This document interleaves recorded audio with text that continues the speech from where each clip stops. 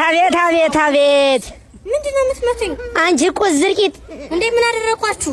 ይሄን መርገር ነው ሚዛ እየበላሽ ነው አይደል? እንዴ እንቂት ያሳበጥሽው ምን ነው? እኔ ከፍዬ ለበላሁት ደግሞ እንደዚህ መሆን አፈር በበላሽ ኮክንያም ትልቅ ሰው አይደላችሁ እንዴ እንደዚህ የሚያቀል? ዝም በይ አንቺ። እንዴው ግን የት እየሄድሽ ነው የምትበይው? ቆንጆ ቤት ነው። ቆንጆ? አዎ። ይሄ የምታዩት ቬጂቴብል ራፕ፣ ይሄኛው ደግሞ ቬጂቴብል ፒዛ ሚዲየም ሳይዝ ሲሆን የት ሄዳችሁ እንደምታገኙ ልንገራችሁ።